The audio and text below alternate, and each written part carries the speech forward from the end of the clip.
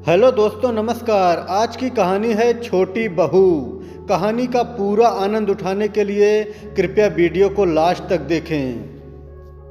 एक धनी सेठ के 7 बेटे थे। 6 बेटों का विवाह हो चुका था। 7वीं बहू आई। वह सत्संगी माँ बाप की बेटी थी। बचपन से ही सत्संग में जाने से सत्संग बस गया था उसके जीवन में।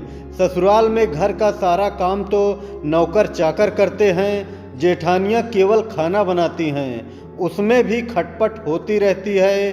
बहू को सुसंस्कार मिले थे कि अपना काम स्वयं करना चाहिए और प्रेम से मिलजुल कर रहना चाहिए। अपना काम स्वयं करने से स्वास्थ्य बढ़िया रहता है। उसमें युक्ति खोज निकाली और सुबह जल्दी स्नान करके शुद्ध वस्त्र पहनकर पहले ही रसोई में जा बैठी। जेठानियों ने टोका, लेकिन फिर भी उसने बड़े प्रेम से रसोई बनाई और सबको प्रेम से भोजन कराया। सभी बड़े तृप्त व प्रसन्न हुए। दिन में सास छोटी बहू के पास जाकर बोली, बहू, तू सबसे छोटी है, तू रसोई क्यों बनाती है?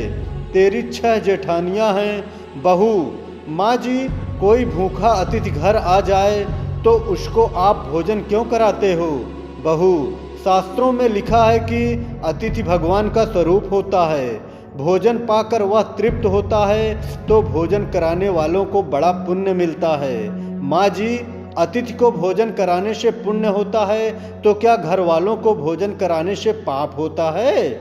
अतिथि में भगवान का स्वरूप है तो घर के सभी लोग भी तो भगवान का स्वरूप हैं, क्योंकि भगवान का निवास तो जीव मात्र में है। और माँ जी, अन्न आपका, बर्तन आपके, सब चीज़ें आपकी हैं। मैं जरा सी मेहनत करके सब में भगवत भाव रख के रसोई बनाकर खिलाने की थोड़ी सी सेवा कर लूं तो मुझे पुण्य होगा कि नहीं होगा? सब प्रेम से भोजन करके तृप्त होंगे, प्रसन्न होंगे तो कितना लाभ होगा। इसलिए माँ जी, आप रसोई मुझे बनाने दो। कुछ मेहनत करूँगी तो स्वास्थ्य भी बढ़िया रहेगा। सास ने सोचा कि बहू की बात ठीक कहती है, हम सबको सबसे छोटी समझती है, पर इसकी बुद्धि सबसे अच्छी है। दूसरे दिन सास सुबह जल्दी स्नान करके रसोई बनाने बैठ गई। बहुओं ने देखा तो बोली, माँ जी, आप परिश्रम क्यों करती हो? सास बोली, तुम्हारी उम्र से मेरी उम्र ज़्यादा है, मैं जल्दी मर जाऊंगी। मैं अभी पुण्य नहीं करूंगी तो फिर कब करूंगी? बहुएं बोली, माँ जी, इसमें पुण्य क्या है? यह तो घर का काम है। सास बोली, घर का काम करने से पाप होता है क्या? जब भूखे व्यक्तियों को, साधुओं को भोजन कराने से पुण्य होता है तो क्या घर वालों को भोजन कराने से पाप होता है? सभी में ईश्वर का वास है। सास की बात सुनकर सब बहुओं को लगा कि इस बात का तो हमने कभी ख्याल ही नहीं किया। यह युक्ति बहुत बढ़िया है। अब जो बहू पहले जग जाए वही रसोई बनाने बैठ जाए। पहले जो भाव था कि तू रसोई बना तो 6 बारी बंधी थी, लेकिन अब मैं बनाऊं यह भाव हुआ तो 8 बारी बंध गई। 2 और बढ़ गए, सास और छोटी बहू। काम करने में तू कर, इससे काम बढ़ जाता है, और आदमी कम हो जाए पर मैं करूं, इसमें काम हल्का हो जाता है, और आदमी बढ़ जाते हैं। छोटी बहू उत्साही थी। सोचा कि अब तो रोटी बनाने में चौथे दिन बारी आती है, फिर क्या किया जाए। घर में गेहूं पीसने की चक्की पड़ी थी, उसने उसमें गेहूं पीसने शुरू कर दिए। मशीन की चक्की का आटा गर्म गर्म बोरी में भर देने से जल जाता है।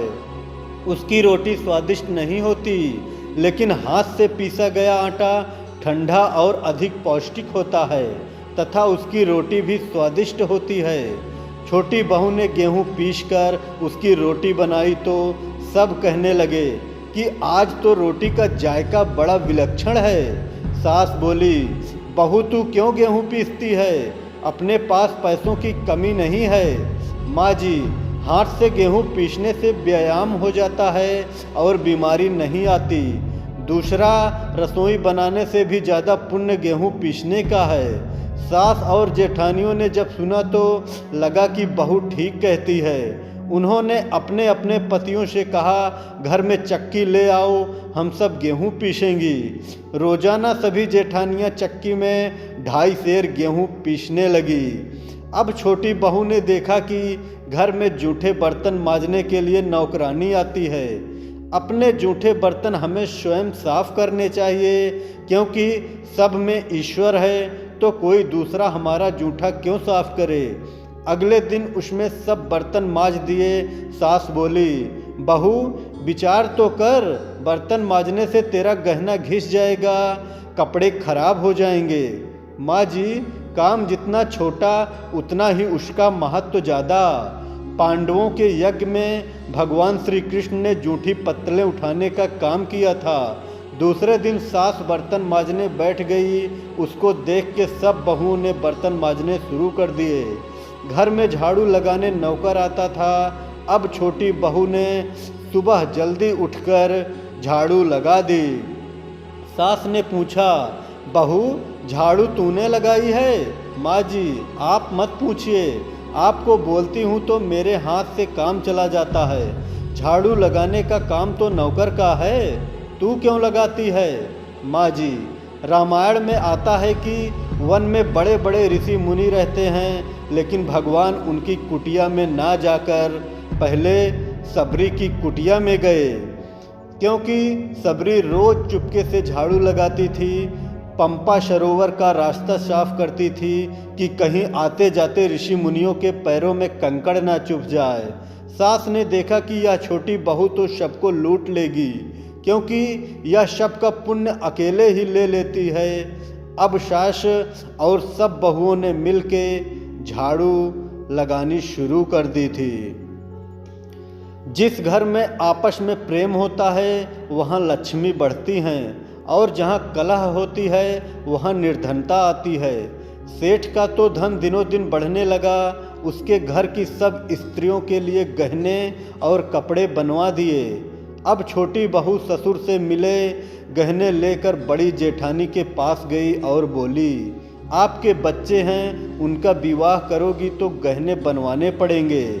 मेरे तो अभी कोई बच्चा है नहीं, इसलिए इन गहनों को आप रख लीजिए। गहने जेठानी को देकर बहू ने कुछ पैसे और कपड़े नौकर में बांट दिए।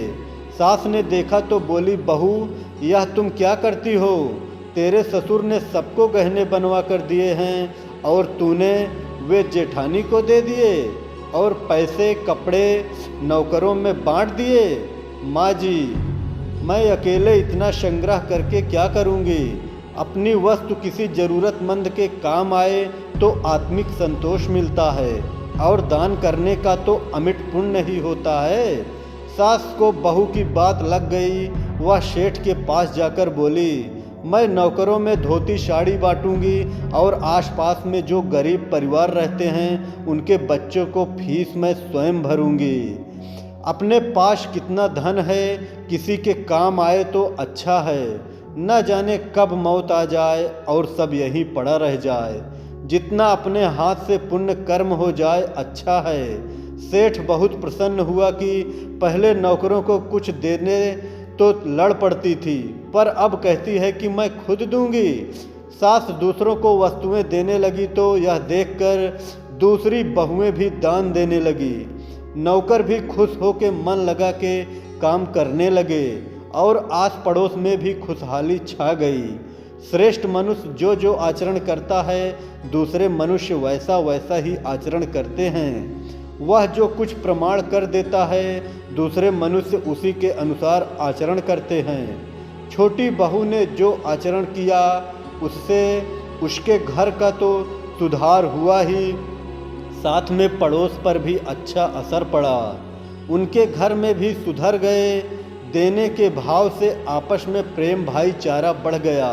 इस तरह बहू को सत्संग से मिली सूझबूझ ने उसके घर के साथ अनेक घरों को खुशहाल कर दिया। कहानी कैसी लगी कमेंट में ज़रूर बताएं। धन्यवाद।